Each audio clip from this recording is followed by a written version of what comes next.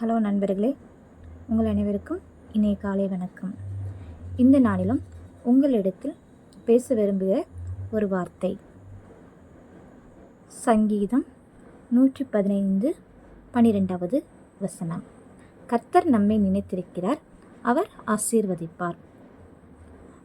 எல்லாருக்குமே ரொம்ப பிடிக்கும். இப்போ இந்த வசனத்தை கேட்டாலே எல்லாருக்கும் என்ன செய்வோம், ஒரு உள்ளத்தில் ஒரு சந்தோஷத்தை எழுவோம்.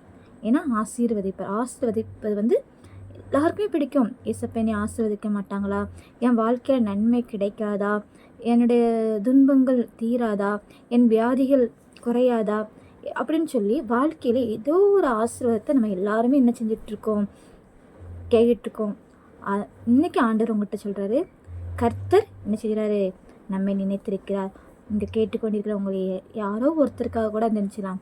இந்த வார்த்தை உள்ளத்தில் பேசும்.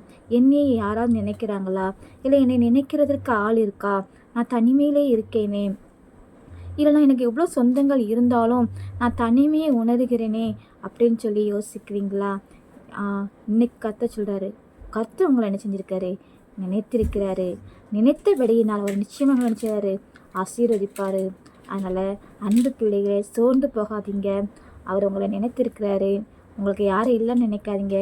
இந்த நிமிடத்தில் உங்கள் இருதயத்தில் என்கிட்ட ஏசப்பா இருக்கிறாங்க, என்ன அவர் பார்த்துட்ருக்காரு, என் அருகில் இருக்கிறாரு, என்னுடைய வேதனைகளை அவர் அறிவார் அப்படின்னு சொல்லி நீங்கள் நம்பினீங்கன்னா, விசுவாசித்தீங்கன்னா நிச்சயமாக அவர் என்ன செய்வார், உங்களுக்கு எந்த விஷயத்தில் எந்த காரியத்தில் நன்மை வேண்டுமோ அந்த காரியத்தில் உங்களுக்கு நிச்சயமாக ஆசீர்வதிப்பார். நம்புவோம், விசுவாசிப்போம், ஆசீர்வாதத்தை பெற்றுக்கொள்வோம். பயப்படாதீங்க தேவனுடைய பிள்ளைகளே. தொடர்ந்து ஜெபம் பண்ணுங்க. இந்த வீடியோ உங்களுக்கு பிடித்திருந்தால் லைக் பண்ணுங்கள். இதை டெய்லி உங்களுக்கு பார்க்கணும் அப்படின்னு நினச்சிங்கன்னா சப்ஸ்கிரைப் பண்ணுங்கள். கடவுள் உங்களை ஆசீர்வதிப்பாராக. நன்றி.